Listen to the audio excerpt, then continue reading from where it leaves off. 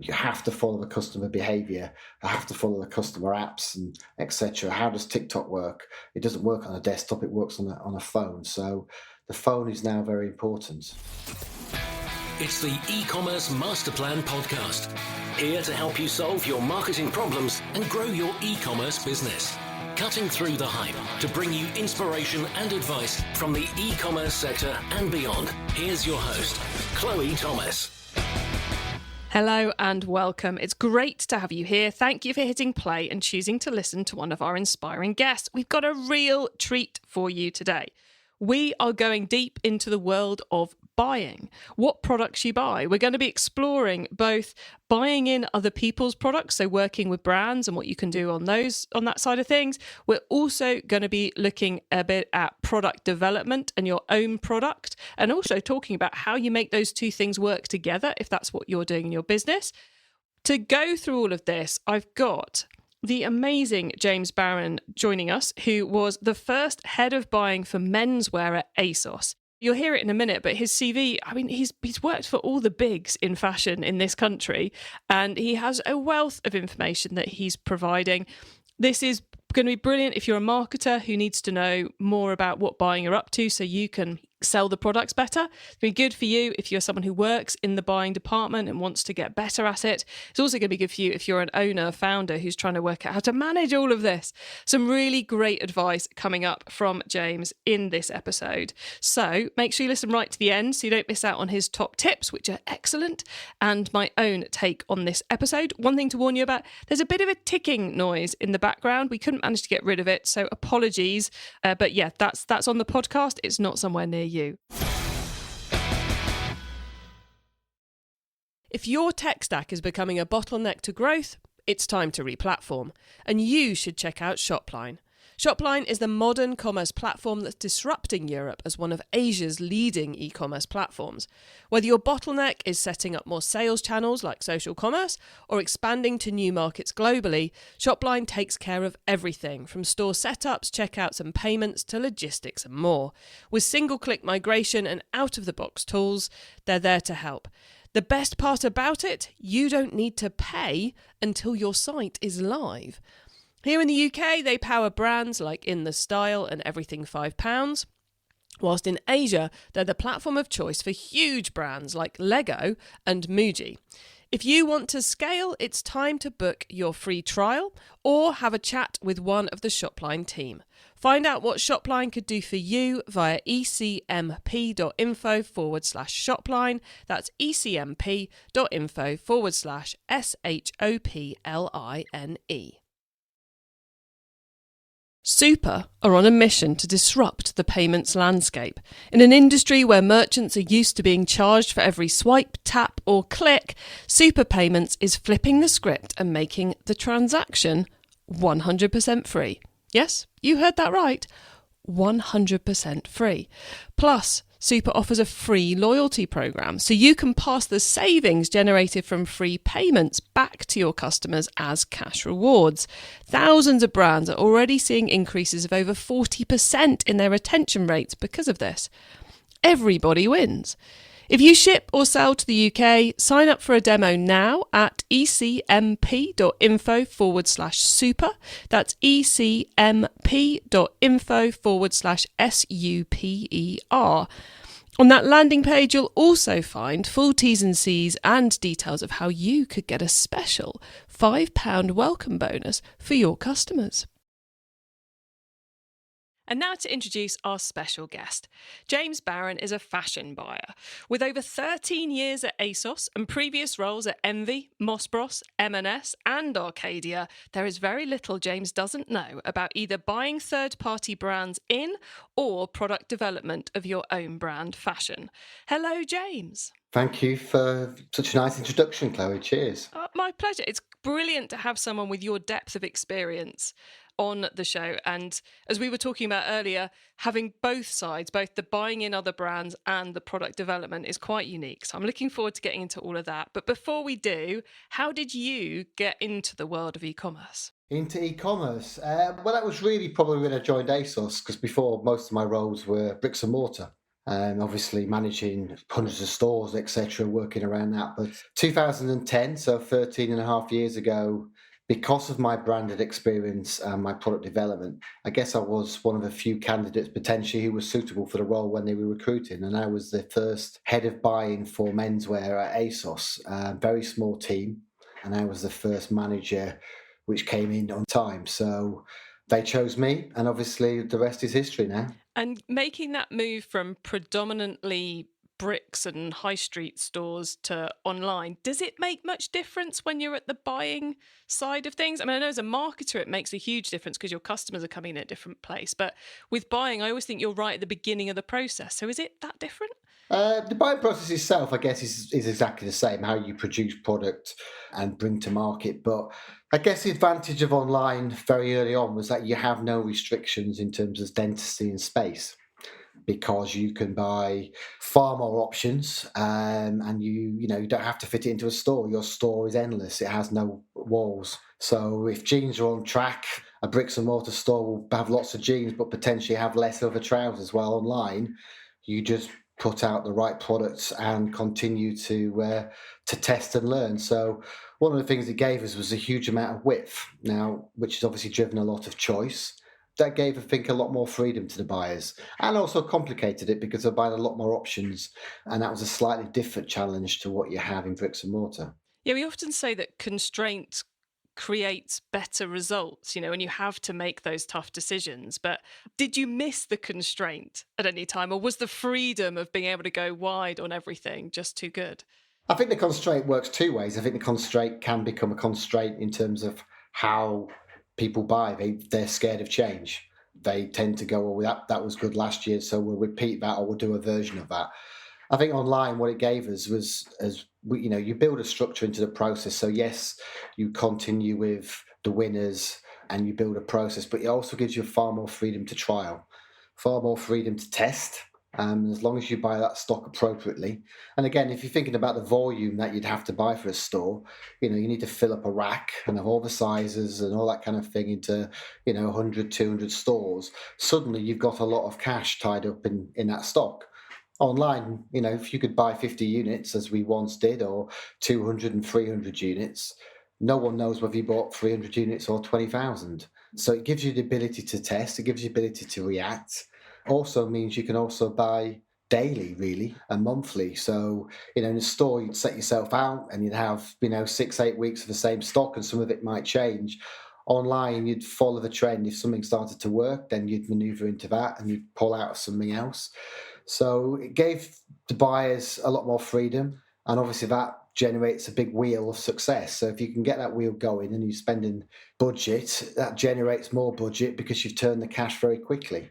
The biggest constraint was, how do you get a buyer to buy, 600 jeans in one season? You have to then bring in different segmentation customer profiles, because trying to get a buyer to buy 600, you could end up with a lot of contrived products. So one of the things that I learned being in commerce was, we had 8 to 10 segments on ASOS Design, while potentially in a store you may only have 2.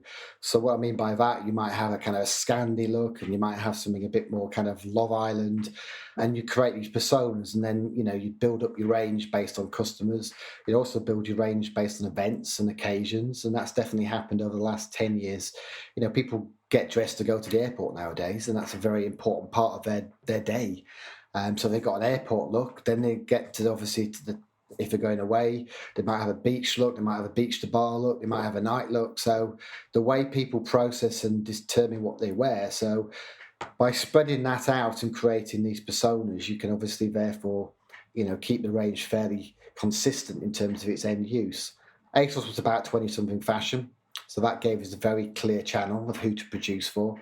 The buyers only had to think of one end age group rather than, a 20 or 30 or 40-year-olds, and you tend to find that there's quite a lot of differences between those. So again, that was helpful in terms of profiling, and giving the buyers and designers the opportunity to create new products. So is personas and those different, both the persona of the customer and the event they're buying for so from the Scandi look to the airport look to the beach look and so forth. Is that now a really key thing to define before you start any buying journey? Is that where it all begins now for a good buyer? Whether you're buying bricks and mortar online, I mean, you need to know who your customer is, I guess, first of all.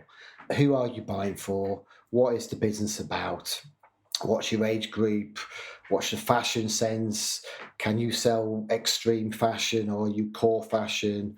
You need to understand the market. And that's also understanding who your competition is, who your aspirational brands might be. And they may change for, you've got different looks. You may go down a street look and have different aspirational brands in that corner. And you might go smarter and go for a slightly different look on the other side. So, buying is just about setting out a plan based on who you want to aim for and attract. And obviously the results of that come through in sales. You adapt the sales and the performance to what customers want. One of the greatest tips I think I can ever say is if you follow the customer will reward you. So keep close to the customer, wherever they may be. And that also includes the channels that they're shopping. When I started, it was all on a laptop or a desktop. 80% of purchases today are on a phone. A lot of fashion's now moved into the TikTok space, while before it was obviously on Instagram, etc., or YouTube. So you have to keep following because on TikTok it's a different type of potential look and feel, and the audience changes. So you just need to keep following the customer, whoever they may be for your business. Got you. It never occurs to me that buying and worrying about what channel the marketing's happening in, but I suppose you have to, don't you, if you're going to do this well. So my next question to you, James, then is you have been able to work across both looking at the brands that are out there and selecting items to put into the range, as well as own product development. So how, once you've got that idea of who the customer is and what they're looking for, how do you decide what's going to be an own brand and what's going to be bought in? Is there a clear and obvious decision, or does it come down to what's available? Well, own by obviously is under the house name. So ASOS Design was the ASOS main own by range. We did have about 17. We had created some other own by ranges which did certain looks or feels or segmentations. I think there's ASOS Edition, ASOS White, ASOS Black's been around. And each one has a story, but ASOS Design is probably, in terms of a brand, it stocks product for everybody. So it's not just a street look or a Scandi look or a Love Island look or skinny jeans. It's got baggy jeans. So it offers products and a variety of products at a price point that you've determined. The branded side, as I said before, ASOS decided it wanted to become a 20-something business. Now, when I joined ASOS, we had Acne on our site. We had Comme des Garçons on our site. Obviously, when we decided to become 20-something focused and really go after the kind of top man, top shop market at the time, that was where we then did an edit of our brands. We wanted to go into more skinny jean brands, which created brands like Cheap Monday and Dr. Denim at the time, because brands weren't particularly doing the skinny jean, 2010, 11. They thought that trend was going to die. I mean, I wish it did, but it didn't. And it went on for another 10 or 11 years. So therefore, you choose brands which obviously are applicable to a 20-something customer, which is about price. We bought all the brands from Nike. We stocked brands which are competition, Pull & Bear, Inditex. We had Topman. We had obviously River Island and New Look are still on the site. And we went slightly higher in terms of brands like Ralph Lauren and Fred Perry. What we didn't do, though, was we didn't go any further in terms of luxury. We didn't feel that was where we wanted to go as a business. We wanted to have a broad appeal to 20-somethings. It's not to say financially 20-somethings can't afford some of the luxury brands, but we wanted a certain purpose and fashion for everybody, and it kind of made sense that we kept our brands aligned with ASOS in terms of price or fashion. And every brand does something different. You've got brands who are very strong on denim or strong on outerwear or knitwear or polos or jersey. And you buy some, you see what happens, and then you go and find the next one. If you look at it as a department store, you tend to find that brands would sit next to each other in the department store. There's these adjacencies. So you'd start to build out portfolios, and we'd have a denim team, and we might have a tailoring team, and we'd have maybe a heritage team, which would be the Barbers and the Ralphs put together, because those would generally we find those in one store. And then we had a trend team, which went out looking for brand new brands, which hadn't been come to market, bedroom brands, as we used to call them in the olden days, generally Jersey-based, which brought in, exciting product which wasn't seen on other sites as well as underpinned by market leaders like PVH with Tommy Hilfiger and Calvin Klein and Nike, Adidas, etc., which we added later in our stage at ASOS to create. If most people today own a pair of trainers, and ASOS needed to get some trainers, so we developed into sportswear 2005 onwards, really, as part of completing the look of what most people would wear today. So the brands that are stocked and the products that are stocked are crucial to both satisfying the customer and creating the ethos, I guess, of the overall company.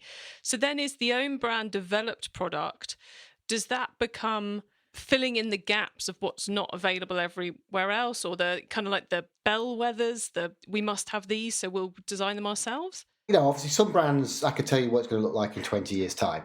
The range will not move on. It has a heritage, and that's what the brand's great at. What we tried to do was, ASOS was a broad church. It was the magic of the own by. We had, we could go from skinny jeans to long line, to scuba, and we kept pushing and testing, using our designers and our travel and finding any micro trend that we had. So we would push into those quite quickly.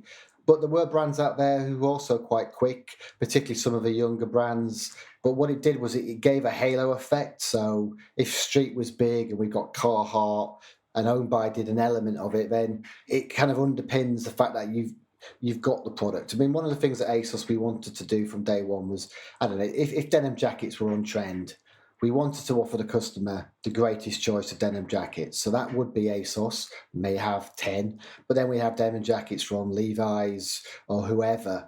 And there'd be a price difference. Some might start at £30 and some might finish at 150. But if we published and said, right, it's the season for denim jackets, come and find it. We've got truckers, we've got westerns. You give that choice and breadth and say fashion is for everyone.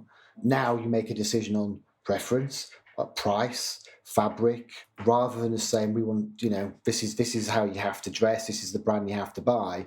We try to give that to the customer as an option and say, here you go, now take a look. We were one of the few businesses which brought our competition onto our site. We brought on, as I said, some of the high street competitors who we were up against. And one of the main reasons for that as well was the space online in terms of traffic is all about having one app or one site.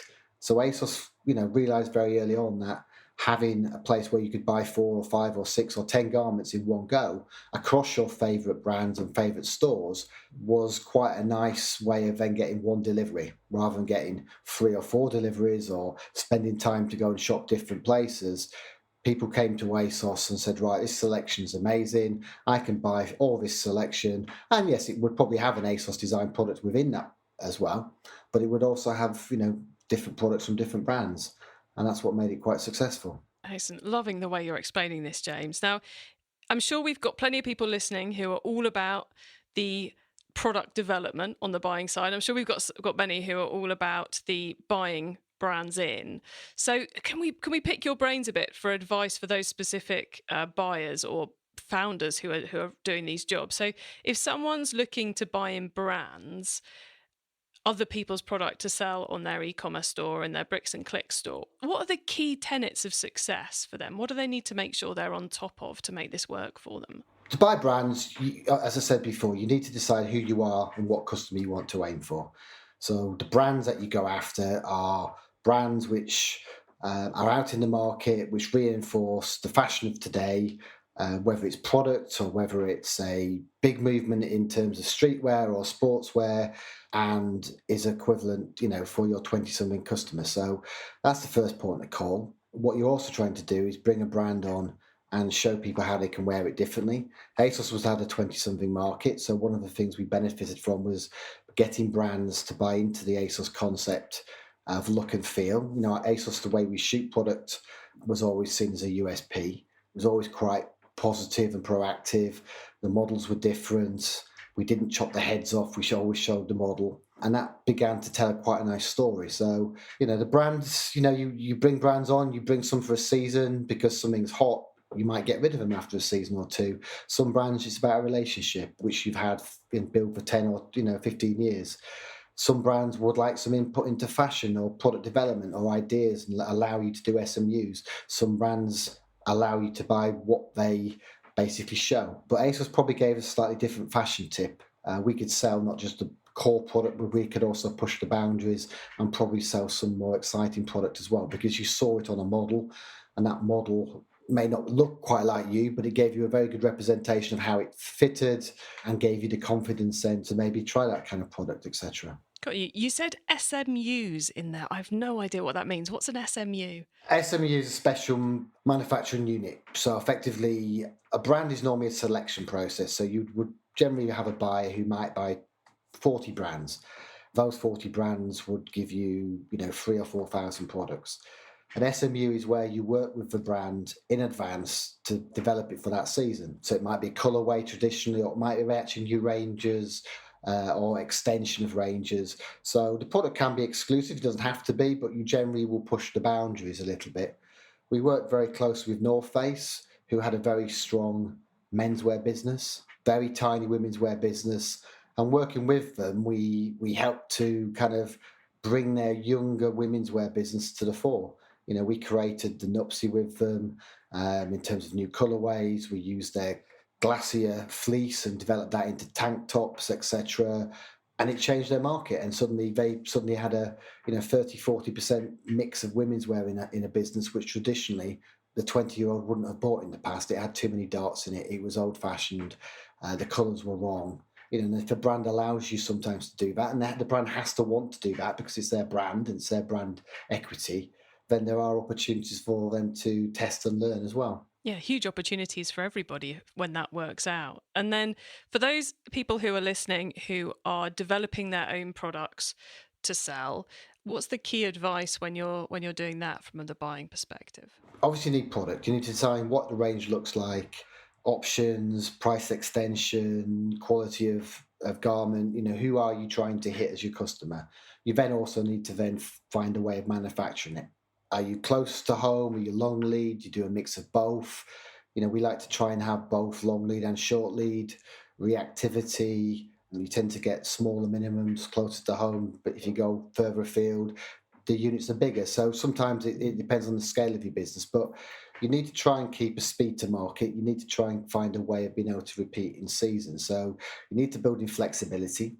And that's another relationship with the manufacturer in terms of, can they hold yarn? Can they hold fabric? Can we buy smaller units, try several things? And if it works, then we go back and repeat and buy bigger. But ultimately, you just need to decide what your range is and you buy it with authenticity. If it's about knitwear and about a merino jumper or whatever, and you want to do it in a crew neck, then how many colorways you're going to do? How do you buy that appropriately in terms of, you put your bigger buys into perhaps your classic navies and blacks, but if it's about a colour as well, how do you maintain the same colour palette through the season so that when someone's looking for a red, then the red in jersey and the red in leisure are the same red? Because sometimes you find, so it's all about consistency. It's about owning the brand in some respects, apart from you tend to have one small sliver of that brand rather than the whole thing. Now, last year we had Alison Metcalf on giving us the merchandiser's perspective on e-commerce, where we ended up talking about how important it is to build strong relationships with the buyers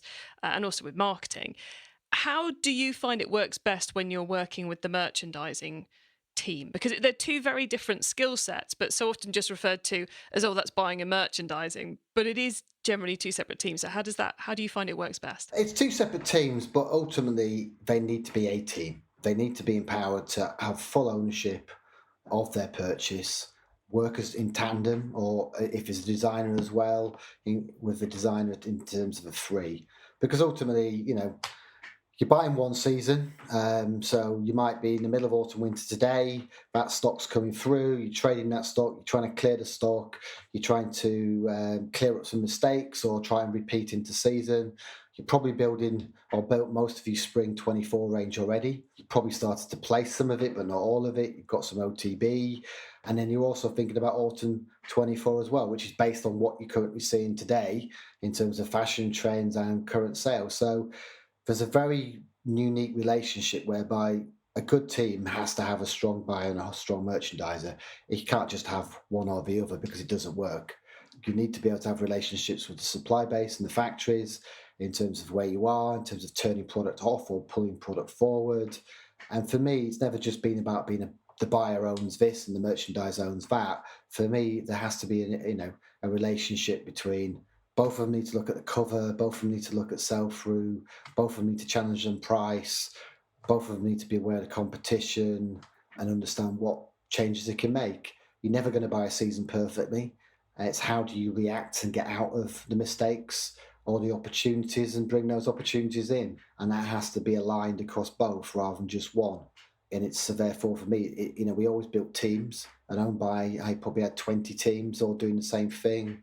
And that relationship was very, very important. And obviously that relationship is key to a successful buying activity, and buying it's kind of the beginning of the profitability of a business. The beginning of the success and the growth of a business starts with what product you've actually got on the shelves. So I guess what I'm trying to ask, James, is for anyone out there who is a few years, maybe 5-10 years into their buying job journey, their buying career, what are the key things they need to make sure they're doing so they know they're making the best impact they can have in the business they're working for, in terms of profit and sales growth, etc., but also in terms of constructing a hugely successful career? I mean, buying is very simple for me. It's about you have a lump sum of money and you purchase that product to turn it back into money as quickly as possible.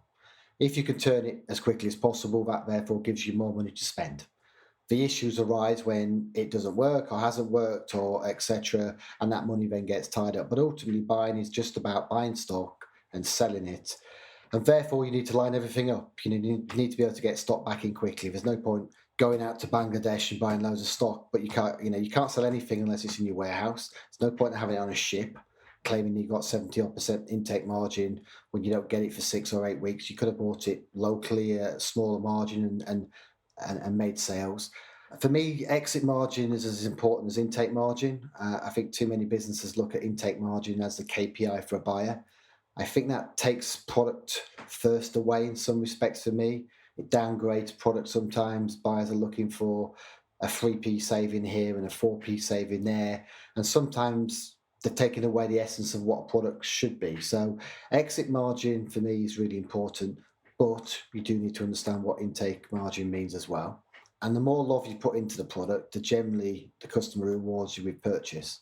Taking little details off which were part of the reason why you picked that product up on a trip to the Far East or Japan or whatever, that's the reason why you bought it. Sometimes people take that away. So for me, product has to be king, product has to be first.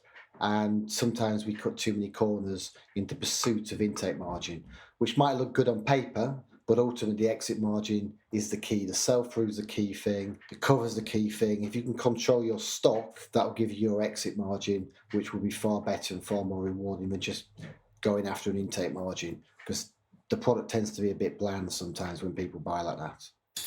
E-commerce Master Plan is supported by some of the greatest companies in the e-commerce sector. Here's a reminder of who they are.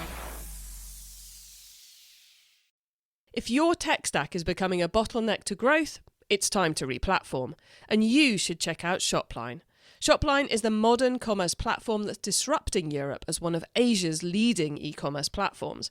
Whether your bottleneck is setting up more sales channels like social commerce or expanding to new markets globally, Shopline takes care of everything from store setups, checkouts and payments to logistics and more. With single-click migration and out-of-the-box tools, they're there to help. The best part about it, you don't need to pay until your site is live. Here in the UK, they power brands like In The Style and Everything £5, whilst in Asia, they're the platform of choice for huge brands like Lego and Muji. If you want to scale, it's time to book your free trial or have a chat with one of the Shopline team.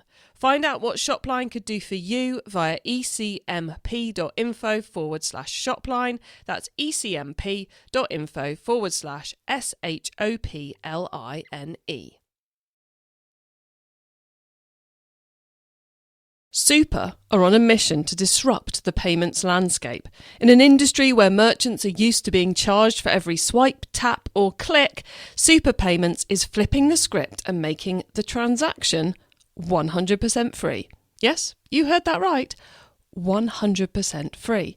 Plus, Super offers a free loyalty program, so you can pass the savings generated from free payments back to your customers as cash rewards.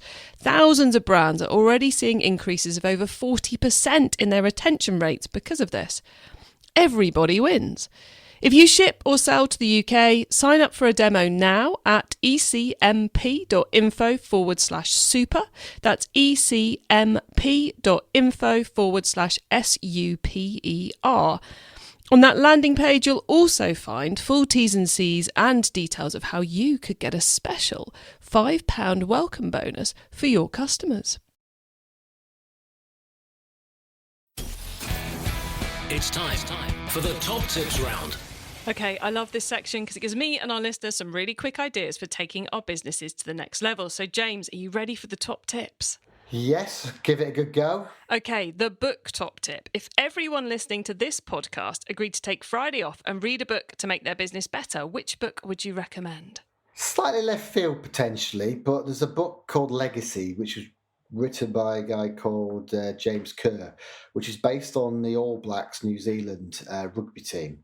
But it's not really a sports book, it's more of a management book, and it's about how you build a team. And we talked about team earlier between buyers, merchandisers and designers. And it's about what you do in terms of how you build your team, what the purpose is behind the team. You know, if you look at what the All Blacks have done over the last 20, 30 years, from, you know, quite a small population to be best in world class, the way they manage each other, the way they treat the jersey as a baton to be passed on to the next person.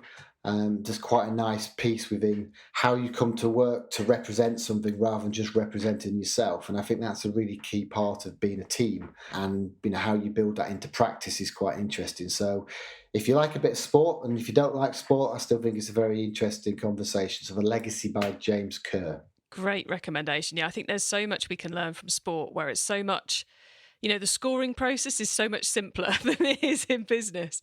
So great place to be learning from. The traffic top tip: which marketing method do you either prize above all others or think doesn't get the press it deserves? I'm a bit old-fashioned. I think product comes first. I think you can market anything, but unless you've got really great products, then it kind of becomes a little bit meaningless. If your campaign's about denim, then obviously the best denim range suddenly becomes far easier to talk about, far easier to sell, far easier to get customers involved. So for me, it's a communication between the buying team and the marketing team, getting the marketing team and the buying team aligned in terms of what you've done, what's different, is it about sustainability, is it about wash? And I think having a real understanding about that product moment makes the marketing piece far easier to develop a brief around. Yeah, I totally agree with that. As a marketer, the better the product is, the easier the job becomes. Okay, the tool top tip: maybe a collaboration tool, a social media plugin, a phone app, or just a way of working. Is there a cool little tool you use that makes you and your team more efficient from day to day? I think the phone is probably the biggest change. So, you know, if you look at my career from ASOS, probably in about 2016, 17, the phone became the biggest traffic driving revenue driver for ASOS.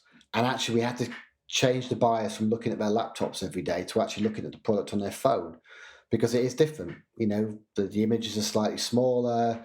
We went from 4 images to 3, obviously to fit on the pages, etc. How you then search, etc. And the phone has now become obviously the most used. It's 80 to 85% of people's purchasing behaviour, particularly in the Western area world, is through a phone. You know, so if you haven't got a phone, you haven't got an app. And if you haven't got an app, then you probably haven't got a business today, because that's how particularly 20-somethings and younger shop. That's how they interact. That's how they book their restaurants. That's how they buy from Amazon. That's how they use Shopify or Spotify, etc. I think the phone has become crucial, but you have to use the phone as part of your comp shopping, as part of looking at different brands, because that's how the customer sees it. And I think we talked about earlier, following the customer. You have to follow the customer behavior. I have to follow the customer apps and etc. How does TikTok work? It doesn't work on a desktop. It works on a phone. So the phone is now very important. You've got to be looking at it like the customer does. Totally agree with you there, James. And finally, the carbon top tip. What's your favourite way to reduce the carbon footprint of an e-commerce store? we need to reduce returns. It's actually far more carbon neutral for an online retailer to sell to a customer, because it can obviously generate product and obviously go into vans which contain hundreds and hundreds, and therefore the movement of the carbon is far smaller. The issue becomes when customers buy products and return products on a regular basis, and if they return the product several times without keeping the product, then ultimately that creates carbon. So I think retailers need to try and reduce returns, and customers need to decide, do they want to put a little bit back into the world and potentially use different ways of returning products? Or actually, instead of buying those 4 or 5 pairs of jeans when you only intended to keep one, is there a way of, maybe not buying 4 and maybe buying 2 and seeing whether they work? And also, retailers have to start to try and find better ways of getting the right size and the right product out to customers, so when they receive it, the fit obviously is far easier for them to get in through virtual fit or recommendation tools. But if you could reduce returns within the online e-commerce sector, that would add a huge amount of benefit to the carbon neutral policy. Yeah, but not the easiest one to fix, though. But I love the fact you brought it up there, James. Thank you so much. Now, before we say goodbye, could you please let the listeners know where they can find you if they want to get in touch? Yeah, if anyone wants to contact me, you can find me on LinkedIn, James Barron. You should be able to find me quite straightforward. And then if you message me, then I will definitely come back to you. Brilliant. James, thank you so much for coming on the show. It has been fascinating chatting buying with you, and I know the audience will have got a lot out of it. So thanks so much for sparing the time. Okay, thank you so much, Chloe. Cheers. Fascinating insights there from James. I mean, the number of bits I've written down to repeat to you at this point in time. So as I'm frequently saying about the marketing, completely agree with James. You've got to follow the customer. The customer has all those answers. I think when he was talking about how deep they went with working with specific brands, I think the key with that is to work out which brand you should be going deep with. You're not going to take that North Face full product range development with a brand you're only planning on working with for one season. So be clear about what level those different relationships are going to get to.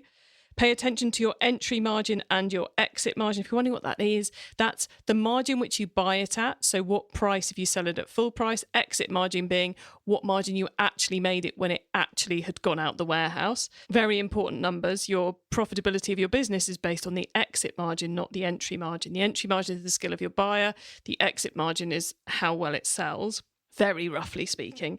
The more love you put into the product, the more the customers will reward you by buying it. So focus in the right places.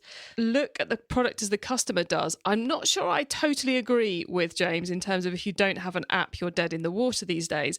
But I do think me included, should be spending more time looking at our websites on mobiles, because that's where the customer is actually exploring them. If you're a retailer with 80% plus traffic on mobile and you don't have the key handsets lurking around the office so everyone can have a look at what things are looking like on mobile, you are missing a trick.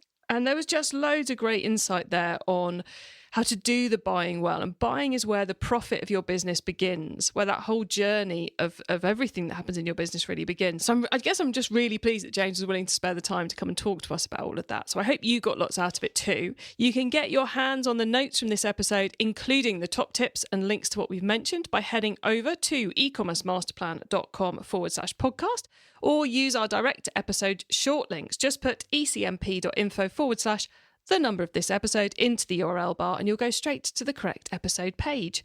Now, when you get to the website, you can also add yourself to our email list so you don't miss out on any of the other things I share to help you improve your business, including, if you're into returns, we are going to be doing a webinar about the big old returns problem fairly soon. So make sure you're on the email list because they'll be the first people to hear about when that goes live. And if you like this episode, then do have a listen to a recent episode we did with the marvellous Alison Metcalf. I referenced it in the interview, where we went deep into merchandising, the other half of the yin yang of buying and merchandising. That's episode 465 and was just a couple of months ago. So a fascinating one to add into this. And thank you so much for tuning into this episode and all that you do of the e-commerce master plan podcast. I bring you a new interview every week because I want to inspire and help e-commerce business owners like you to succeed and thrive with your businesses, including progressing along the path to net zero. So if you know someone this show can help, maybe you know an aspiring buyer or someone who's trying to work out how to spend their open to buy, their OTB for 2024, then please do tell them to listen to this episode and all the others of the e-commerce master plan podcast. I hope you have a brilliant week and don't forget to keep optimizing.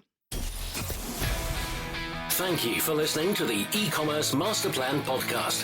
Find out more at ecommercemasterplan.com/podcast.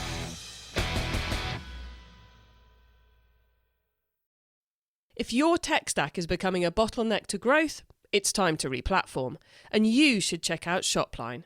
Shopline is the modern commerce platform that's disrupting Europe as one of Asia's leading e-commerce platforms. Whether your bottleneck is setting up more sales channels like social commerce or expanding to new markets globally, Shopline takes care of everything from store setups, checkouts and payments to logistics and more. With single-click migration and out-of-the-box tools, they're there to help. The best part about it, you don't need to pay until your site is live. Here in the UK, they power brands like In The Style and Everything £5, whilst in Asia, they're the platform of choice for huge brands like Lego and Muji.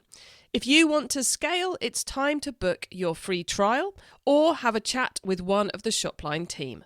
Find out what Shopline could do for you via ecmp.info/Shopline. That's ecmp.info/SHOPLINE.